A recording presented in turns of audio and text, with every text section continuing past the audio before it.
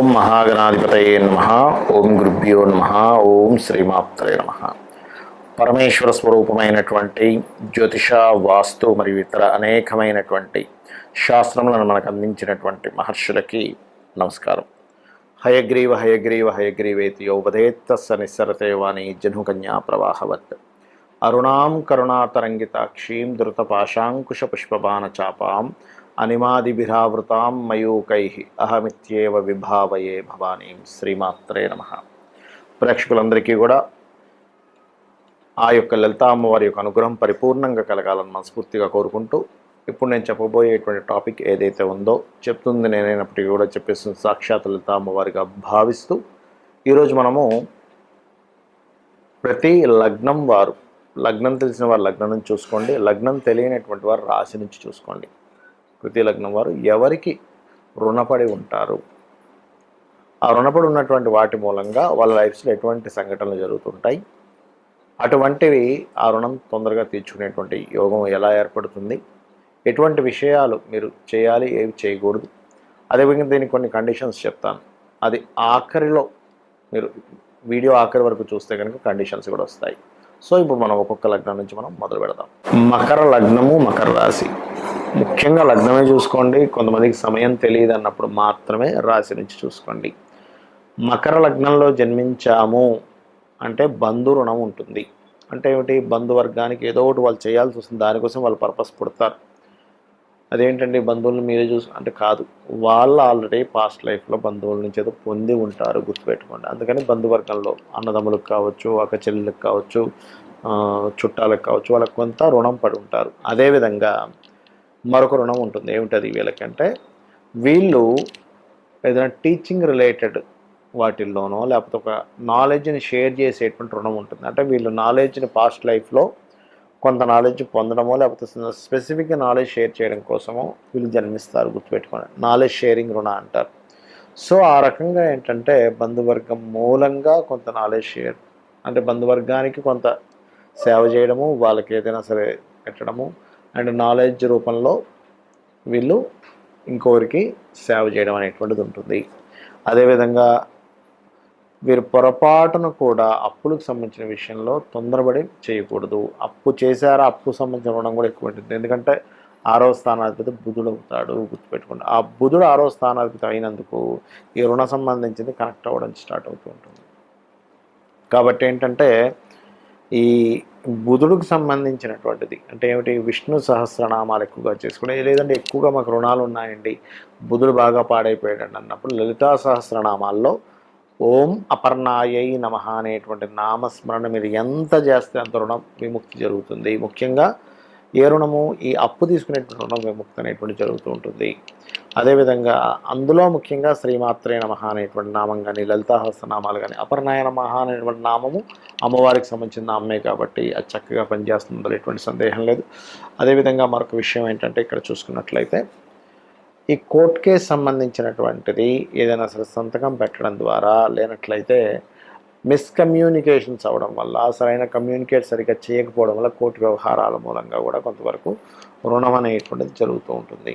అదేవిధంగా మరొక విషయం ఏంటంటే, ఇక్కడ గమనించినట్లయితే భూ సంబంధంగా వివాదం మూలంగా కూడా కోర్టు కేసులు అవుతూ ఉంటాయి వీరికి, అది కూడా రుణం ఉంటుంది వీరికి.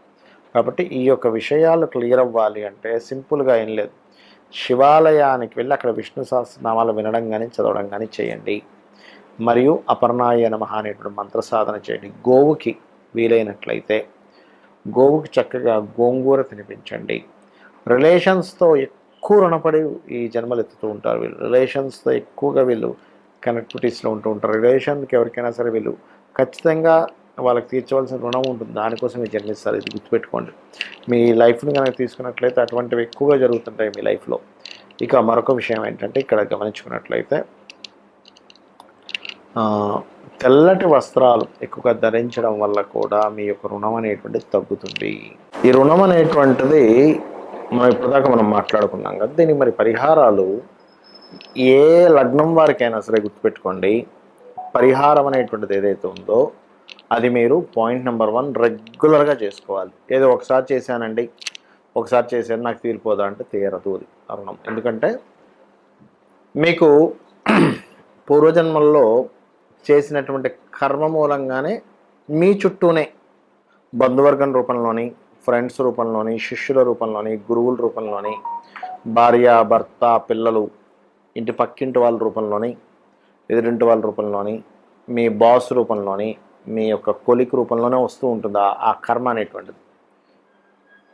వాళ్ళతో మీకు తెలియకుండా ఒక మిస్అండర్స్టాండింగో లేకపోతే గొడవ జరుగుతుందనుకోండి, అది మరింత పెంచుకోకండి. ఎందుకంటే ఆల్రెడీ మీ పాస్ట్ లైఫ్లో ఉన్నటువంటి కర్మ వల్ల ఇది జరిగింది, ఇందులో పుట్టారు, మళ్ళీ ఇంకా పెంచుకుంటున్నారనుకోండి, అది మరలా ఇంకొక 10 జన్మలకి అది ఫాలో అవుతూ ఉంటుంది మీకు. అంటే ఇంకో 10 జన్మల వరకు మళ్ళీ మీరు దాని రుణం తీర్చుకునే పని మీద మళ్ళీ అక్కడ ఫైట్ చేసారు. మళ్ళీ అలా ఏంటంటే ఒక్క దగ్గర కాకుండా, ఎందుకంటే దీనికే మనకి చూడండి, మనకి మహాభారతం లాంటి వాటిల్లో చూపిస్తూ ఉంటారు మనకి, భీష్ముడి మీద కోపంతో నేను మళ్ళీ ఇంకో జన్మెత్తాలి, ఇంకో జన్మెత్తుతాడు. మనకు పురాణాల్లో చాలా వాటిల్లో చూపిస్తూ ఉంటారు. అంటే ఏంటి, జన్మలు ఉండేటువంటి కాన్సెప్ట్ సనాతన ధర్మంలో, మన శాస్త్రాల్లో, వేదాల్లో చెప్పబడింది. జన్మ అనేటువంటిది ఉంటుంది, మనకు భగవద్గీతలో కూడా చెప్పబడింది. మనం దేన్నైతే ఎక్కువగా థింక్ చేస్తుంటామో, అది శత్రు రూపంలో కావచ్చు, మంచిది కావచ్చు, ఆ వ్యక్తికి ఆ జన్మ రావడం జరుగుతుంది. ఎక్కువ దేని థింక్ చేస్తాము, ఎక్కువ దేని గురించి ఆశపడుతూ ఉంటాము, ఎక్కువ దేని గురించి పోరాడుతుంటాము. కాబట్టి ఇప్పుడు మనం చెప్పుకున్నటువంటి కాన్సెప్ట్ ఏదైతే ఉందో, ఈ రుణానికి సంబంధించిన కాన్సెప్ట్ ఏదైతే ఉందో, ఇది క్లియర్ అవ్వాలి అంటే ఇప్పుడు నేను మీ రాశిపరంగా ఏదైతే రెమెడీ చెప్పానో దాన్ని మీరు ఎంత చేస్తే అంత రుణం క్లియర్ అవుతుంటుంది. అందులో ప్రధానంగా గోవులకి ఏదైతే తినిపించాలని చెప్తుంటానో అది గోవులకి తినిపించడము. ఉదాహరణకి ఏ పెసలో దానం ఇవ్వమని చెప్పాను, గోవులకి ఆకుకూరలు తినిపించడం. ఏ గోధుమలో దానం ఇవ్వమని చెప్పాను, గోధుమ రవ్వ గోవుకి తినిపించడం. అదేవిధంగా ఉదాహరణకి గురువు బాలేడని చెప్పి శనగలు దానం ఇవ్వమని చెప్పాను, శనగలు తినిపించకుండా ఆ ప్లేస్లో మీరు ఏం చేస్తారంటే గోవుకి అరటి కాయలు తినిపించండి. ఒక్కోసారి శని ద్వారా వస్తుంది రుణం, అంటే శని గ్రహం ద్వారా రుణం వస్తుంది. అలాంటప్పుడు తెల్ల నువ్వులు దానం ఇవ్వమని చెప్తాను, కానీ గోవుకి నువ్వులు తినిపించకూడదు. అలాంటి సందర్భంలో మీరు చేయవలసింది ఏమిటి అంటే గోవుకి బెల్లము తినిపించాలి. ఆ రకంగా పదార్థం అన్నీ కూడా గోవులకు తినిపించకూడదు. అలా తెల్ల నువ్వులు తినిపించినట్లయితే మరింత దోషం ఏర్పడుతుంది. ఎందుకంటే అది ఏదైనా ప్రెగ్నెన్సీతో ఉన్నట్లయితే ఆ యొక్క దోషం మీకు చుట్టుకుంటుంది. కాబట్టి ఈ యొక్క అంశాల్లో ఈ జాగ్రత్తలు తీసుకోండి. అదేవిధంగా తండ్రి రూపంలోనో, కొడుకు రూపంలోనో, కూతురు రూపంలోనో వస్తుందని చెప్పానండి మీకు కర్మ. వాళ్ళు మీ పట్ల ఒక రకమైన బిహేవియర్ చేస్తుండొచ్చు.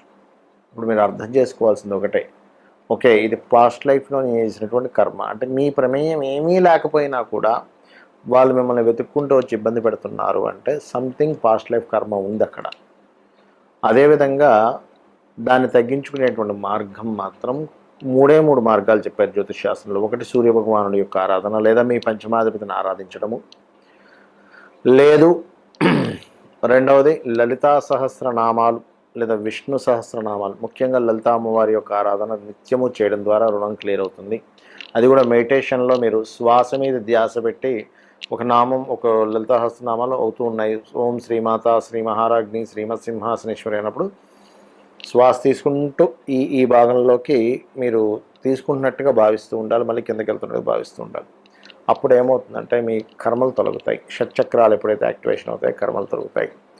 అదేవిధంగా మీకు దగ్గరలో ఆలయం కానీ ఏదైనా ఉత్సవాలు కానీ జరిగేటప్పుడు మీ వంతు సహాయం, ధన సహాయం కాదు నేను అనేది, మీ వంతు మీకు చేతనైనంత ఏదైనా అక్కడికి ఒళ్ళు వంచి ఏదైనా పని చేయడం, అక్కడ ఏదైనా క్లీన్ చేయడం లాంటివి చేస్తే కూడా మీ పూర్వజన్మ కర్మలు తొలగుతాయి. కర్మ తొలగితేనే మీ యొక్క రుణం తీరుతుంది.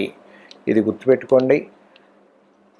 రెగ్యులర్గా అమ్మవారి చాంటింగ్ చేయండి, ఆనందదాయకంగా ఉండండి. అమ్మవారి యొక్క అనుగ్రహం మీకు పరిపూర్ణంగా కలగాలని మనస్ఫూర్తిగా కోరుకుంటూ శ్రీమాత్రే నమః.